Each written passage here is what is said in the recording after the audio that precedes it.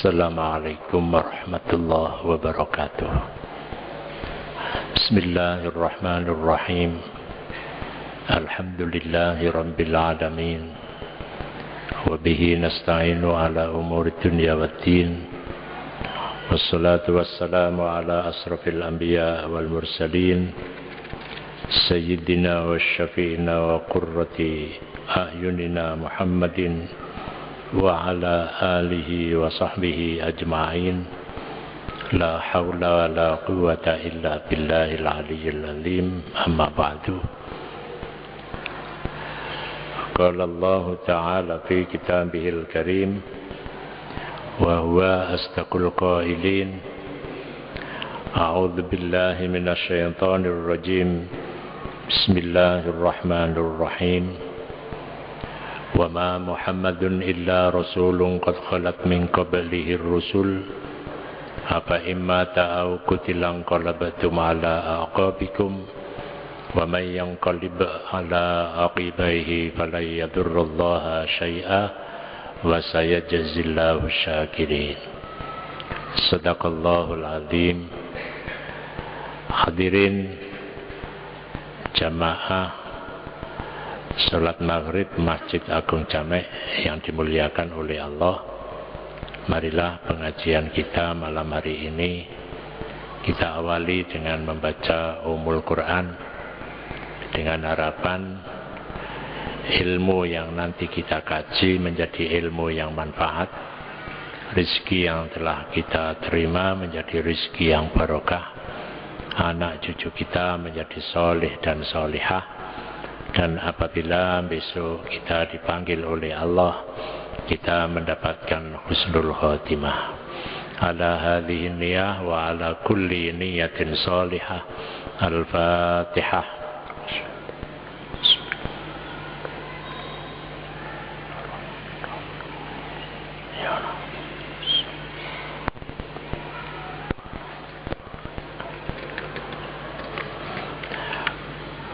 Para jamaah yang dimuliakan oleh Allah,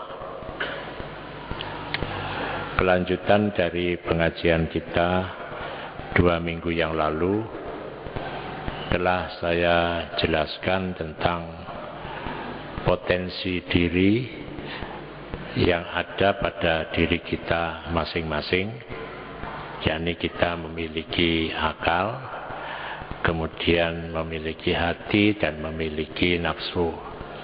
3 potensi itu setiap orang mesti sama, hanya bagaimana ketika kita pada saat itu mengelolanya dengan baik sehingga semua sesuai dengan yang dikehendaki oleh Allah. Para jamaah yang dimuliakan oleh Allah, karena sebab menjadikan kita dekat dengan Allah yang pertama adalah melalui ilmu. Ya.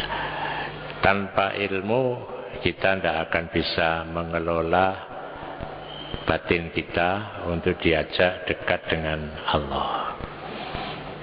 Karena 3 kekuatan itu setiap saat akan saling bergumul mewujudkan kekuatannya sendiri, terutama yang berkaitan dengan emosi yang ada pada diri kita biasanya menjadi dominan, bisa mengalahkan akal dan hati kita.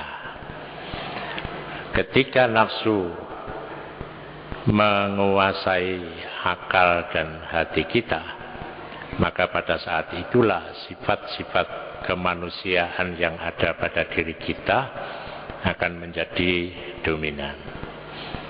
Kalau nafsu bisa kita tekan dan dikendalikan oleh hati dan pikiran dan akal kita, maka pada saat itulah akan muncul sifat-sifat ketuhanan yang ada pada diri kita.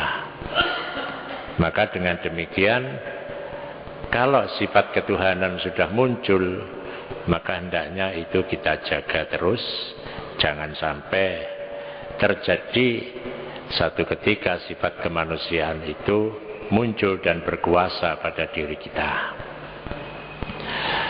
Nah, kalau sifat-sifat kemanusiaan bisa kita tekan, maka saya katakan sekali lagi, sifat ketuhanan akan muncul.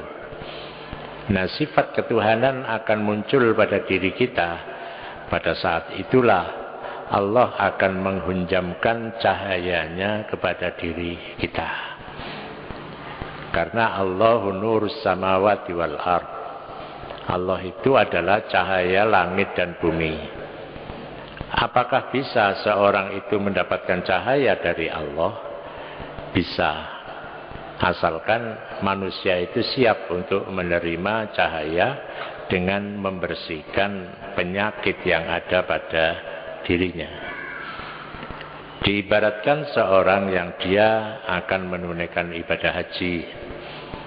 Kalau dia mau menunaikan ibadah haji, kan dia ingin bertemu Allah. Tidak hanya ingin ketemu Ka'bah, tidak.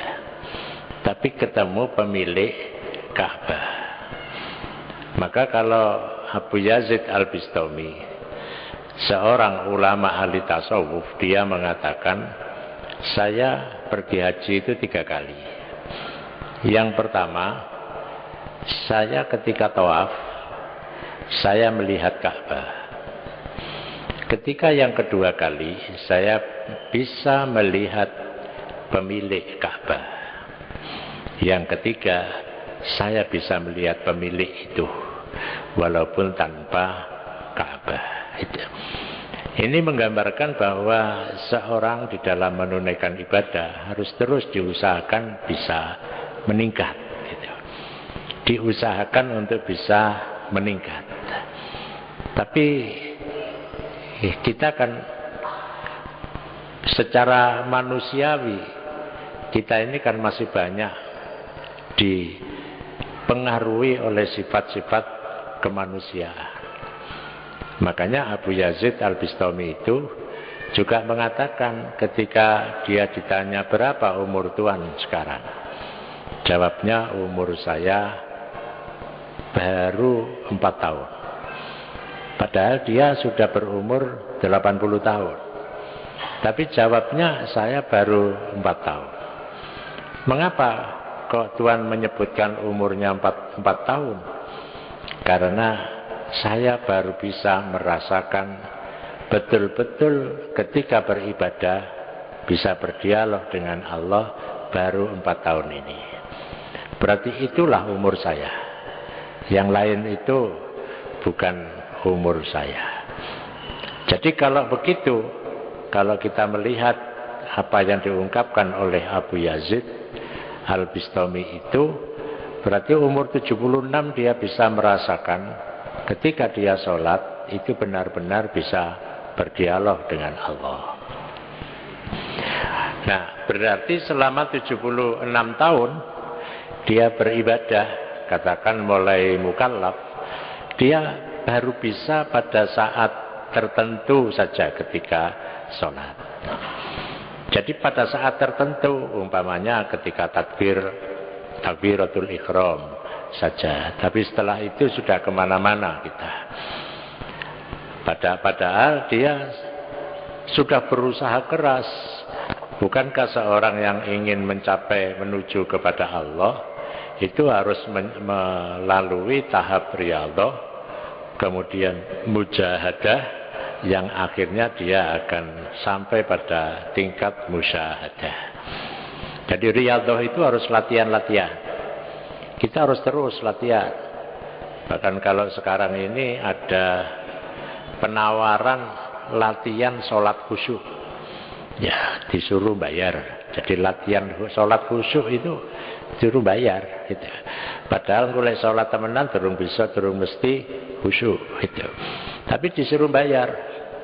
Ya, tapi juga banyak yang ikut berlatih untuk bisa sholat khusyuk. Karena apa? Sholat khusyuk itu memang tahapannya harus melalui riyadhah, latihan. Bukan latihan jasmani, bukan, tapi latihan rohani. Nah, latihan itu ialah pada saat kita sebelum menunaikan ibadah. Jadi kalau seorang menunaikan ibadah haji, maka sebelumnya itu harus dibersihkan apa yang dimiliki itu dari hal-hal yang syubhat, apalagi yang haram. Jadi dia sebelum berangkat dia harus banyak-banyak membaca istighfar. Ya, banyak membaca istighfar, minta ampun kepada Allah dan membersihkan apa saja yang dimilikinya. Karena persyaratannya kan dia kalau mau bertemu dengan Allah, Allah itu maha suci, tidak akan bisa dihampiri kecuali oleh orang yang suci. Kalau kita tidak suci, tidak bisa itu menghampiri Allah. Tidak bisa. Kita harus berusaha untuk mensucikan diri kita. Tidak hanya suci dalam pengertian lahiriah, yakni kita berwudu, kemudian menghilangkan hadas besar. Tidak hanya itu, tapi kebersihan batin pun juga harus dilakukan. Makanya kalau ada seorang yang mau pergi haji, dia kumpulkan teman-teman dengan bahasa syukuran. Tapi sebenarnya tujuan utama adalah dia mohon pamit dan mohon maaf kepada semua saja, karena saya akan menuju kepada Allah supaya tidak ada gangguan. Karena kalau ada kesalahan yang belum dimaafkan, khawatir dia nanti ketika menunaikan ibadah haji ada gangguan. Mengapa? Karena gangguan belum ada pemaafan dari temannya. Demikian pula pemaafan kepada Allah, pemaafan yang akan diberikan oleh Allah harus kita minta. Harus kita minta itu. Kalau tidak, maka kita walaupun ke sana dikhawatirkan nanti kita ingin berjumpa dengan Allah, tapi kita hanya sekedar melihat Ka'bah saja, tapi tidak sampai pada tahap melihat pemilik Ka'bah. Nah, semua harus kita bersihkan. Nah, ketika yang kedua tahapannya adalah tahapan mujahadah. Ketika kita sudah masuk pada ritual-ritual itu, ketika kita sudah masuk pada waktu kita sholat, kita harus mujahadah. Mujahadah itu adalah memerangi diri. Pada saat itu ketika kita sholat dengan mengungkapkan kalimat Allahu Akbar, itu kan sebuah ikrar bahwa kita ini mau bertemu dengan Allah yang Maha Agung. Tapi di tengah jalan pikiran ini diajak ke sana kemari, itu harus dipaksa untuk dikembalikan lagi pada diri kita. Itu namanya mujahadah. Kalau dia sudah bisa memaksakan diri pada saat itu, maka dia akan sampai pada tahap musyahadah, menyaksikan Allah. Itu. Menyaksikan Allah itu dengan apa? Menyaksikan Allah itu bukan dengan mata kepala, tapi dengan mata spiritual, dengan mata hati. Nah, apakah itu bisa kita rasakan dengan mata hati itu? Kalau kita sholat bisa merasakan dialog dengan Allah, itulah suatu kenikmatan yang luar biasa.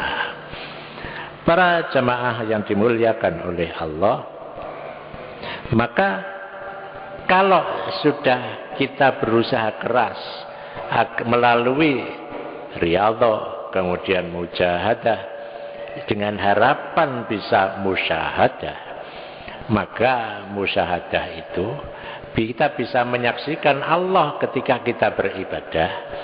Maka pada saat itu kita harus berusaha setelah mujahadah akan musyahadah. Musyahadah itu satu kondisi batin di mana dia bisa benar-benar melihat Allah dengan mata spiritual. Nah, karena kita mujahadah, maka oleh Allah itu akan diberikan itu. Diibaratkan seorang, kalau dia ini mau mencari rizki, dia harus punya alat untuk mencari rizki. Ketika dia berusaha untuk mencari rizki, maka oleh Allah akan diberi itu. Kalau kita tidak berusaha mencari, ya Allah tidak akan memberi. Kalau kita berusaha mendekatkan diri kepada Allah, maka oleh Allah kita akan didekatkan. Jadi bukan kemudian kita tidak ingin mendekatkan, kemudian Allah akan mendekatkan diri kita. Tidak. Jadi ada usaha melalui riyadhah mujahadah, maka pada saat itu Allah akan menarik kita untuk didekatkan diri kita kepadanya. Jadi itulah yang dikatakan dengan pengertian majdub, seorang yang ditarik, gitu, ditarik oleh Allah untuk dekat kepadanya. Nah, cuma bahasanya itu ada yang tidak menggunakan bahasa seperti itu. Ada bahasa ulama ahli tasawuf, dia berusaha dan ditarik. Tapi ada bahasa yang lain, dia berusaha keras untuk mendekatkan diri kepada Allah.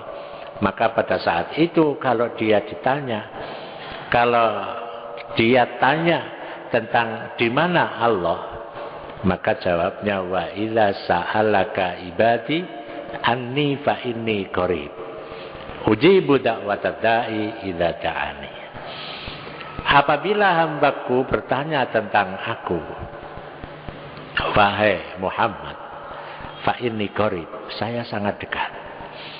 Jadi ketika kita beribadah dengan usaha yang sangat keras untuk ibadah, kalau kita kemarin berpuasa itu kan disebutkan kam min shaimin laisa lahu min siyamihi illal ju' wal atas.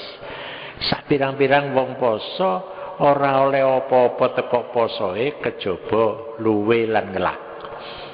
Itu artinya bahwa itu pada tingkat awam, orang yang hanya sekedar melakukan puasa, wis pokok poso.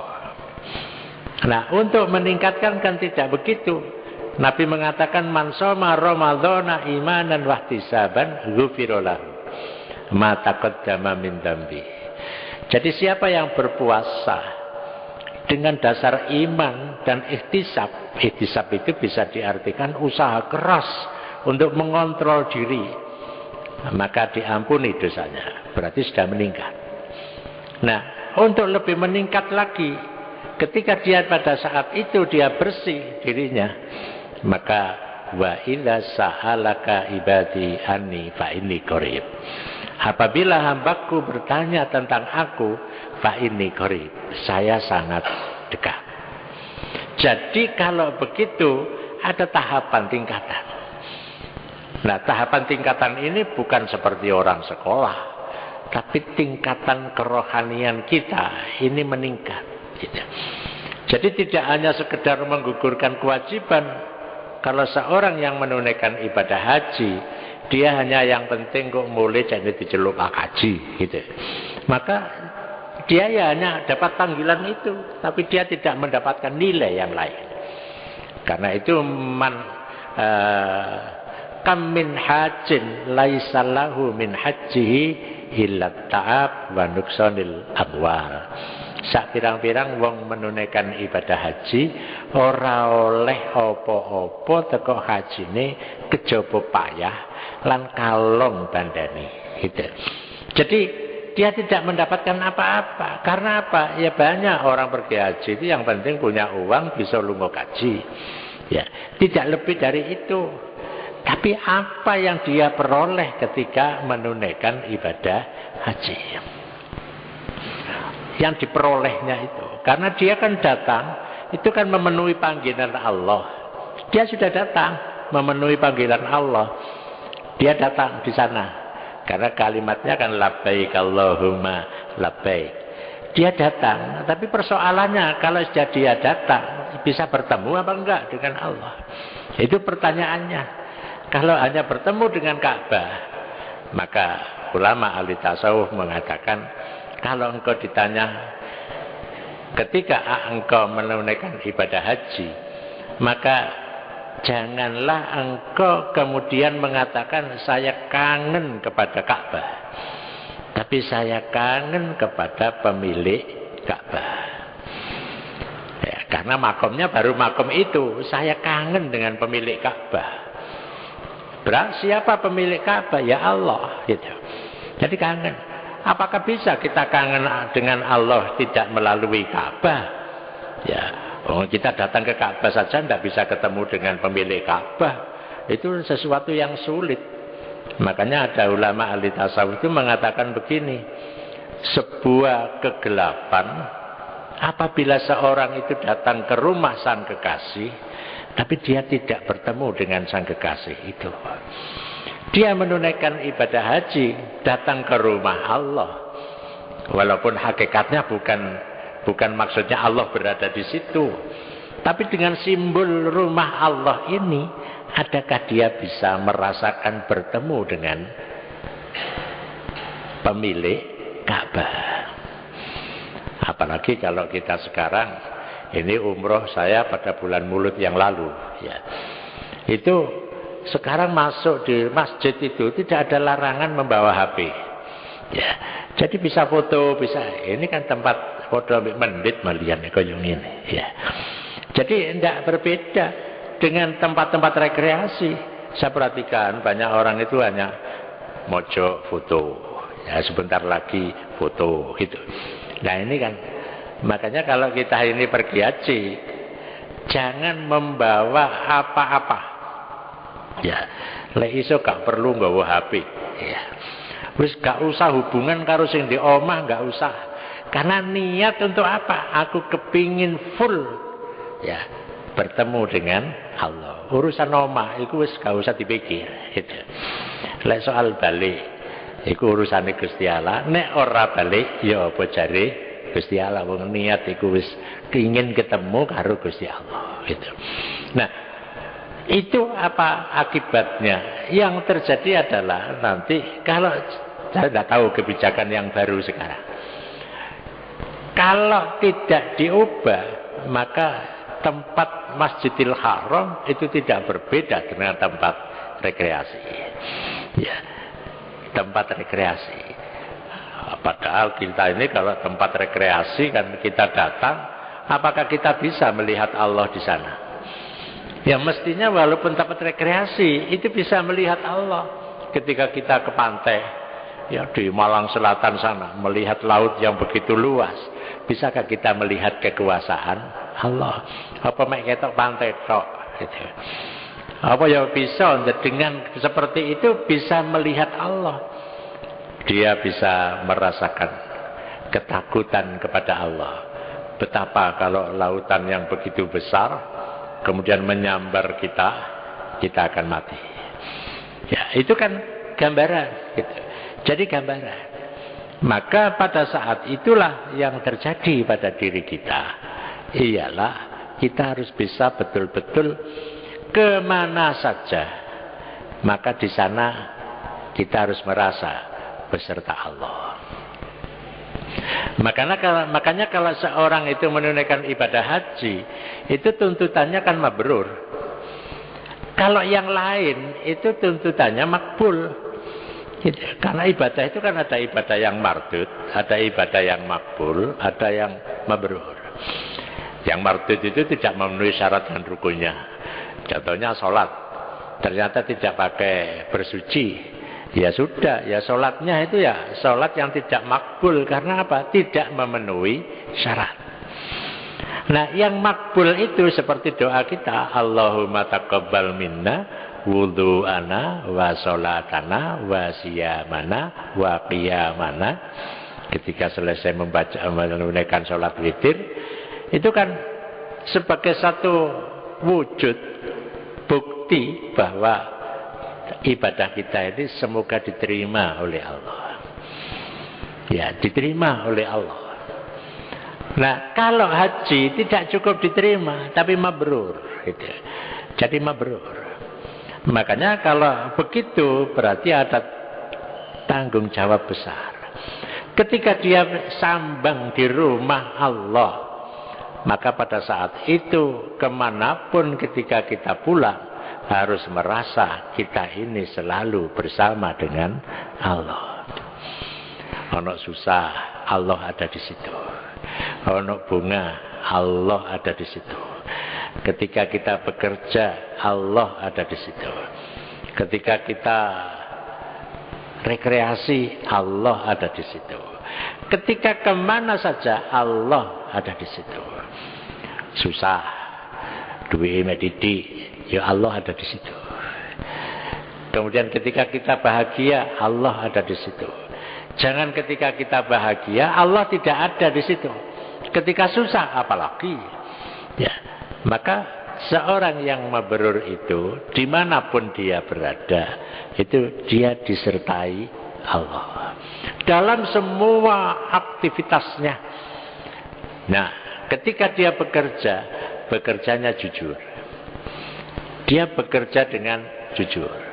Dia tidak berani mengambil hak orang lain, tidak mengambil sesuatu yang bukan haknya. Maka dia jujur itu karena dia disertai dengan oleh Allah, gitu. Nah, itulah kalau orang berada pada tingkatan, kalau kita mengkaji dalam tingkatan tasawuf, itu ada tingkatan syariat, ada tingkatan thariqah, ada tingkatan hakikah, dan tingkatan ma'rifah. Jadi mabrur itu berada pada tingkatan ma'rifah. Dia itu betul-betul kenal dengan Allah. Jadi arif billah itu orang yang kenal dengan Allah, bukan orang yang tahu Allah, tapi kenal. Saya dengan Bapak, saya kenal Bapak, maka saya mengetahui seluk-beluk yang berkaitan dengan Bapak. Itu kenal. Jadi apa nama Bapak, pekerjaannya, anaknya berapa, rumahnya di mana, dan lain sebagainya, itu baru saya kenal. Kalau tidak, saya baru tahap tahu.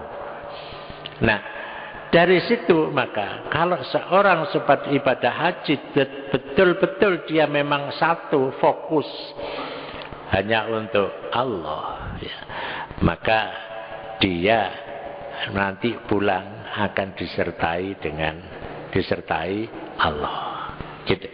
Disertai Allah.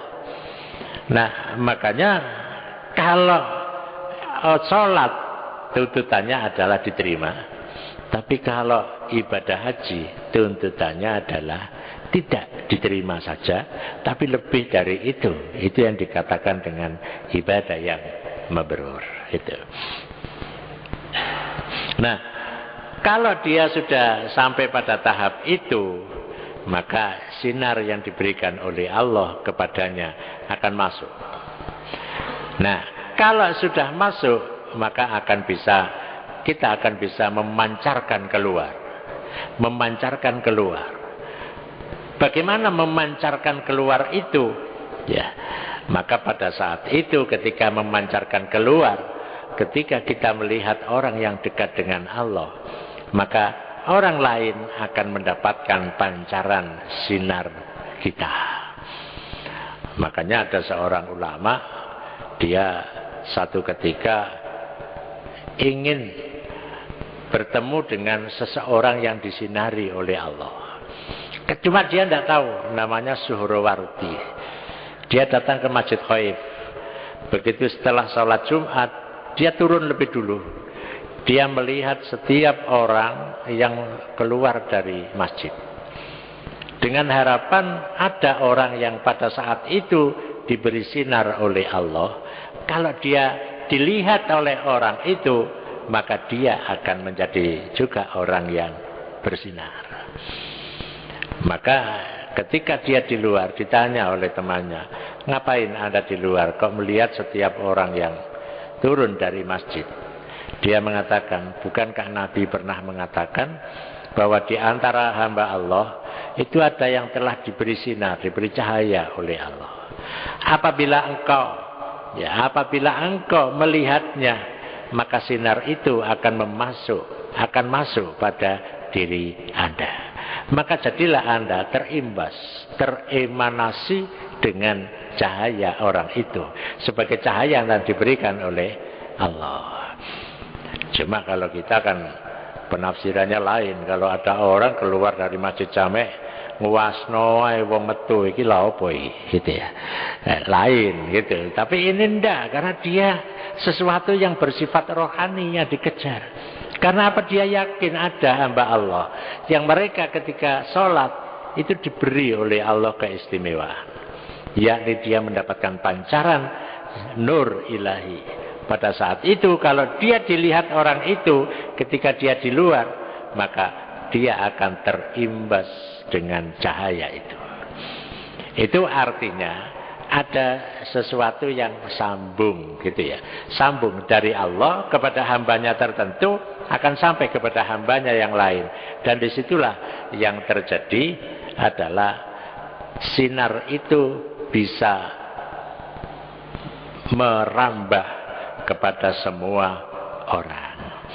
Cuma orang memaknai Allahu nurus samawati wal ard, Allah itu cahaya langit dan bumi. Itu seperti gambaran matahari yang menyinari bumi gitu.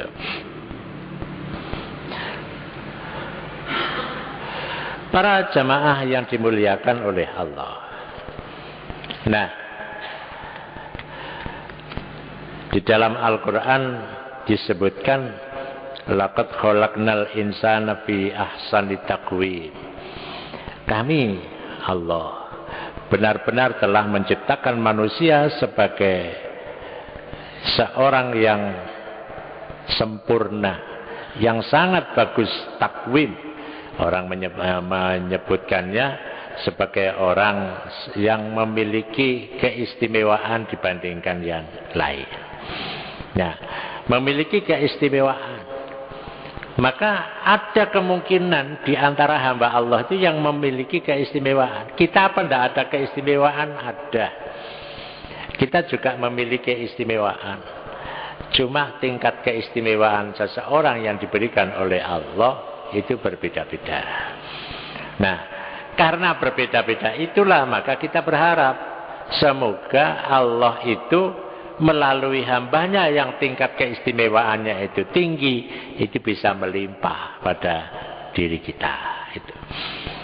Nah, dengan begitu dia menjadi seorang yang keistimewaannya itu karena ada cahaya, ya, ada sinar. Maka disebutkan sinar itu ketika secara lahiriah disebutkan ala tajalliyatil akwan min ta'thir qudratihi. Jadi dengan nampaknya benda-benda yang ada. Jadi kalau tidak ada sinar Allah, maka tidak akan nampak benda-benda yang ada di hadapan kita. Itu secara zahir. Jadi mengapa benda yang ada di hadapan kita itu nampak? Karena ada sinar Allah. Itu secara zahir. Sedangkan secara batin itu berbeda. Ya. Yakni secara batiniyah yang akan bersinar kepada diri kita secara batin itu ialah kita akan memiliki sifat-sifat yang dimiliki oleh Allah, yaitu al-ulum wal ma'arif wal asrar. Dia akan memiliki ilmu, kemudian ma'arif pengetahuan, wal asrar dan rahasia-rahasia. Wal muradu bil awsafi awsafur rububiyah kal uzmah wal izzah wal jalal wal jamal wal kibriya wal kamal. Maka secara batiniah kita akan mendapatkan sifat-sifat ketuhanan. Jadi kita akan mendapatkan sifat-sifat ketuhanan seperti keluhuran, kemuliaan, keagungan, keindahan, dan kesempurnaan. Jadi kalau tadi di awal saya sebutkan, kalau sifat kemanusiaannya itu hilang, maka pada saat itulah sifat ketuhanan akan dimasukkan melalui cahaya Allah. Melalui cahaya Allah. Makanya kalau ada seorang ahli tasawuf itu mendefinisikan seorang yang tasawuf, seorang yang bertasawuf dengan as-sufi huwallah. Seorang sufi itu adalah Allah. Kok disebutkan Allah gimana? Karena dia telah terimbas dengan sifat-sifat Allah. Kalau orang lain melihatnya, itu melihatnya dengan senang hati, dengan senang. Omongannya kalau didengarkan itu enak. Omongannya, perilakunya, sikapnya kalau diperhatikan itu enak. Kalau dia itu berjalan, maka orang lain melihatnya itu menyenangkan dan lain sebagainya. Mengapa? Karena dia muncul sifat-sifat ketuhanan, sifat rahmah, kasih sayang. Jadi tidak menjadi seorang yang memiliki sifat yang keras. Dia menjadi seorang yang sabar di dalam menghadapi segala sesuatu. Nah, dari situlah maka dia akan menjadi seorang yang pernah saya katakan di waktu khutbah di sini itu sebagai bayang-bayang Allah. Gitu. Tapi ada yang protes. Apa ada bayang-bayang Allah? Ya saya katakan, ini enggak ada Anda, itu enggak ada Allah. Loh kok enggak ada Anda, enggak ada Allah? Apakah Anda itu sebagai bukti kekuasaan Allah? Saya katakan, iya. Jadi kalau Anda ada, itu karena ada Allah. Kalau Anda tidak ada, berarti Allah itu tidak ada. Karena apa? Semua yang ada ini adalah tanda bukti adanya Allah itu.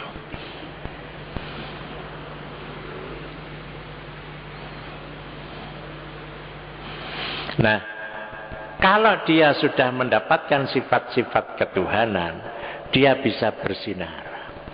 Dia bisa bersinar dan menyinari lingkungannya. Secara zahir, maka banyak orang melihat orang yang ahli ibadah yang dia telah mendapatkan cahaya dari Allah, itu orang lain bisa melihat kamu kelihatan bersinar. Apakah ini betul-betul bersinar? Dia tahu atau itu politik saja, gitu ya. Sama dengan begini, ada seorang itu supaya dikatakan sebagai wali, maka dia menyebut orang lain itu sebagai wali. Karena la ya'riful wali ilal wali.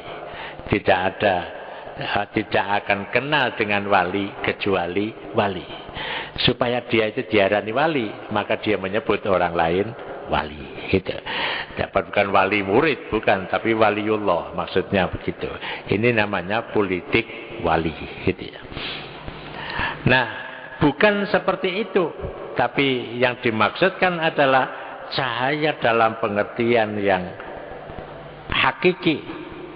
Nah, oleh karena itu manusia di dalam kaitannya dengan sinar yang bersifat batiniah, yaitu anwarul awsaf ala salasati aksamin, itu ada 3 macam. Pertama, dia melihatnya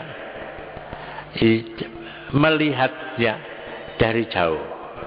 Itulah yang dikatakan hum ahlu maqamil Islam. Dia baru pada tingkat syariat. Karena masih jauh, gitu. Sebagian waqismun yashadunaha alal qurbi. Dia sudah bisa menyaksikan dalam jarak yang dekat. Kemudian dia adalah ahlul muraqabah min maqamil iman.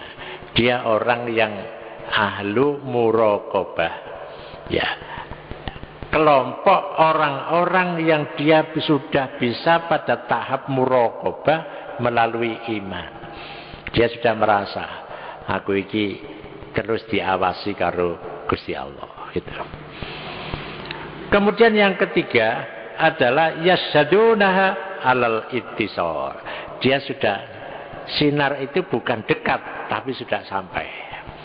Sudah sampai.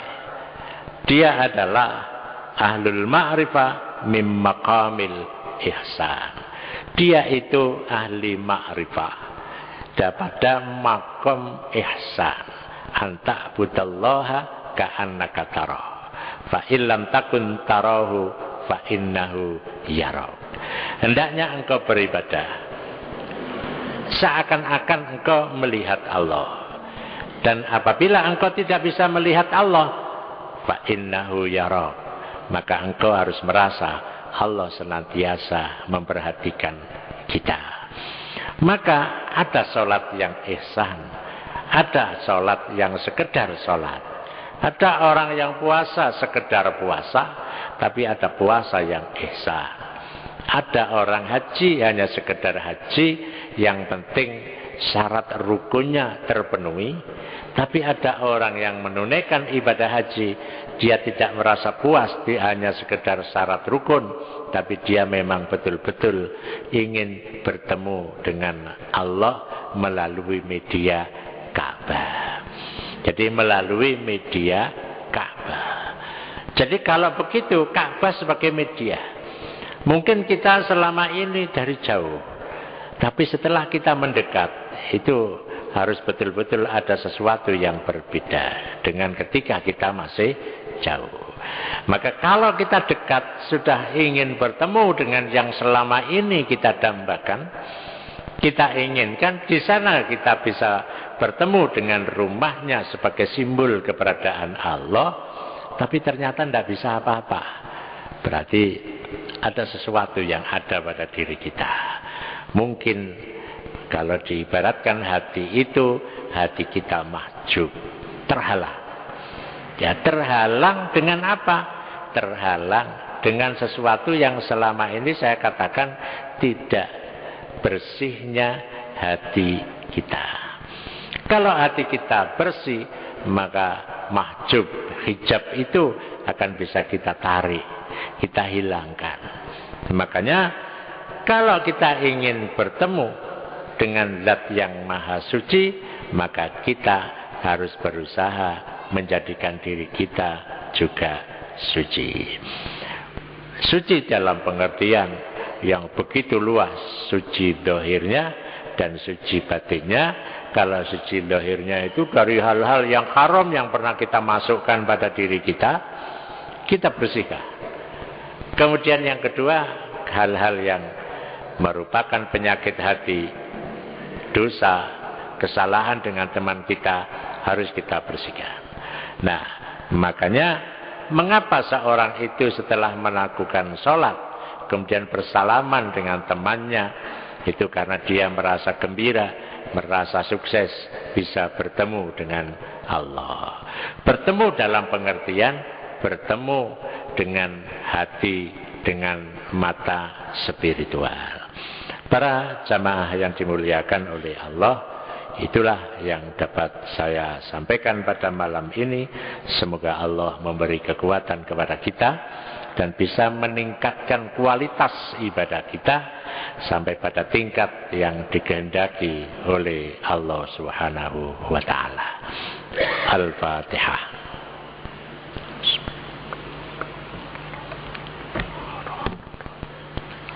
Ya